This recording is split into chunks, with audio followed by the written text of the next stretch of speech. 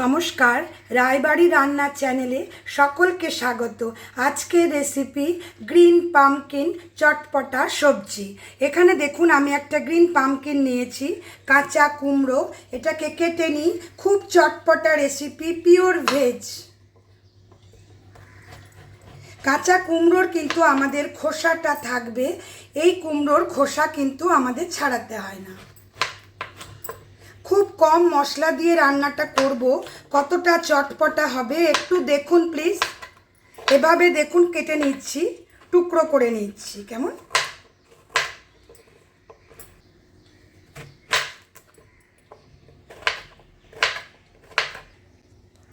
এভাবে দেখুন আমি টুকরো করে নিলাম, একটু বড় বড় করে। কাঁচা কুমড়োর খোসা কিন্তু একদমই ছাড়াবেন না, আগেও বললাম আর একবার মনে করিয়ে দিচ্ছি।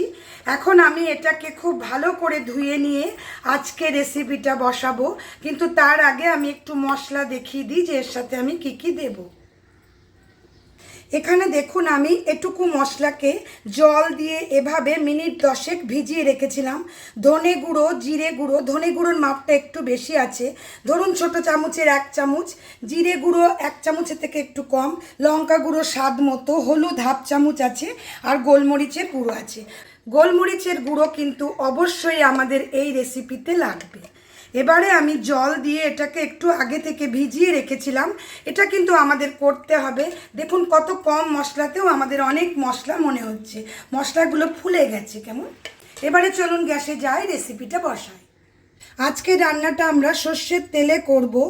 কড়াইটা আমার গরম আছে, তেল দিয়ে দিচ্ছি। তেলের মাপটা কিন্তু একটু বেশি লাগবে আমাদের এই সবজিতে। দেখুন আমি এটুকু তেল দিলাম। তেলটা আমাদের ভালো করে গরম হয়ে যাক। একটা তেজপাতা দিয়ে দিচ্ছি, 2টো শুকনো লঙ্কা এরকম একটু ভেঙে দিই, এভাবে ছিঁড়ে দিয়ে দিলাম। হিং দিচ্ছি, তেলের ওপরেই হিংটা দিয়ে দেবেন। এবারে 5 ফোড়ন দিচ্ছি, ছোট চামচ দিয়ে 1/2 চামচ। ফোড়নটা আমাদের পোড়া হয়ে গেল, এবারে মশলাটা দিয়ে দিচ্ছি। বাটিটা ধুয়েও দিয়ে দিলাম। কুমড়োর এই সবজিতে টমেটো কিন্তু আমাদের একদমই যাবে না। নুন দিচ্ছি স্বাদ মতো, পিওর ভেজ সবজি বানাচ্ছি, সবই তো ভেতরে দেওয়া আছে আমাদের। মশলাটা একটু কষিয়ে নিই 1-2 মিনিট। খুব সামান্য গরম মশলা গুঁড়ো দিলাম।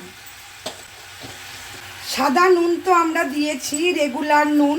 এবারে আমি অল্প একটু বিট নুন দিচ্ছি। এই খাট্টা মিঠা এই সবজিটা যে বানাচ্ছি সেটাতে কিন্তু এটা চাই। গোলমরিচ, বিট নুন এই দুটো কিন্তু মনে রাখবেন, এই দুটোই আমাদের আলাদা করবে অন্য কুমড়োর তরকারির থেকে, কেমন। এবারে আমরা কুমড়োটা ছেড়ে দিচ্ছি।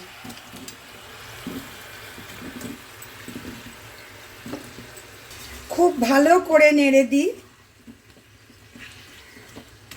কুমড়োর ভেতরে আমাদের মশলাটা ঢুকে যাক, আর মোটামুটি সবই আমরা দিয়ে দিয়েছি। আস্তে আস্তে রঙটাও বেরোবে, আমাদের লঙ্কা আছে ভেতরে, হলুদ আছে। এবারে ঢাকা দিয়ে দিচ্ছি। ফ্লেমটা মিডিয়াম টু হাইতে করে ছেড়ে দিই। মিনিট 5-7 আমার এভাবে রান্না হোক, শুধু মাঝে মাঝে একটু করে নেড়ে দেব। 5 মিনিট আমাদের হয়ে গেল। বেশ কুমড়োটাও খানিকটা দেখুন সেদ্ধ হয়ে এসছে, এভাবে দেখিয়ে দিচ্ছি খুন্তি দিয়ে ভেঙে, কিন্তু আরেকটু আমাদের হবে। এখন আমি আদা বাটা দিচ্ছি, ছোট চামচ দিয়ে 1/2 চামচ। এই সময় কিন্তু এটা দেবেন, আগে থেকে আদা দিয়ে দিলে কিন্তু আদা স্মেলটা সেভাবে পাওয়া যায় না, এজন্যই আমি শেষের দিকে আদাটা দিই। এটা আমার আরও 5-7 মিনিট রান্না করতে হবে। দেখুন কালারটাও আমাদের কেমন চলে এসছে। এবারে ঢাকা দিয়ে দিই, আবার ছেড়ে দিচ্ছি মিডিয়াম টু হাই করে মিনিট 5-7-এর জন্য, কেমন। ঢাকাটা খুলে দিলাম। গ্রিন পামকিন চটপটা সবজি আমাদের রেডি হয়ে গেল। কুমড়োগুলো কিন্তু আমাদের নরম হয়ে গেছে, কিন্তু দেখতে একটু ক্রাঞ্চি লাগছে, এরকমই দেখতে হবে কেমন। এবারে আমি ওপর থেকে আমচুর গুঁড়ো দিচ্ছি। দেখুন ছোট চামচের, হাফ চামচের কম, 1 পিঞ্চ বলা যায়। যদি একটু খাট্টা স্বাদ বেশি পছন্দের হয় তাহলে মাপটা আরেকটু বাড়িয়ে দেবেন।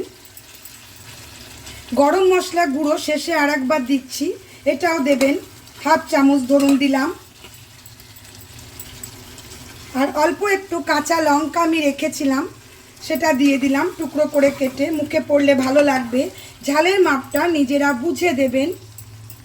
এবারে আমি একটু ধনেপাতা দেব। রেসিপিটা অবশ্যই ট্রাই করবেন। যদি ভালো লাগে please like, share, comment and subscribe my channel. Subscribe করে পাশে থাকা বেল আইকন অবশ্যই প্রেস করবেন নতুন নতুন রান্নার নোটিফিকেশানের জন্য। দেখুন লুকটা কেমন হলো আমাদের। টিফিন বক্সে বলুন, গরম ভাতে, যেভাবে খুশি খান। চলুন তাহলে এবারে আমরা সার্ভ করে একটু দেখাই। গ্যাসটা বন্ধ করে দিই। পিওর ভেজ গ্রিন পামকিন চটপটা সবজি আমার রেডি হয়ে গেল। দেখুন এটা আমরা পিওর ভেজ বানালাম। এটা ভগবানের উদ্দেশ্যেও ভোগ হিসাবে দিতে পারবেন। বাড়িতে একদিন বানান, সকলে এনজয় করুন এই সবজি। আশা করছি খুব ভালো লাগবে। কুমড়োর নাম শুনলে কিন্তু অনেকের ভালো লাগে না, কিন্তু যদি এভাবে একদিন রান্না করে দেন তাহলে কিন্তু কুমড়ো রোজ বাড়িতে আসবে, এটুকু বলতে পারি। সকলে ভালো থাকুন, সুস্থ থাকুন। আজ আমি এই পর্যন্তই। ধন্যবাদ।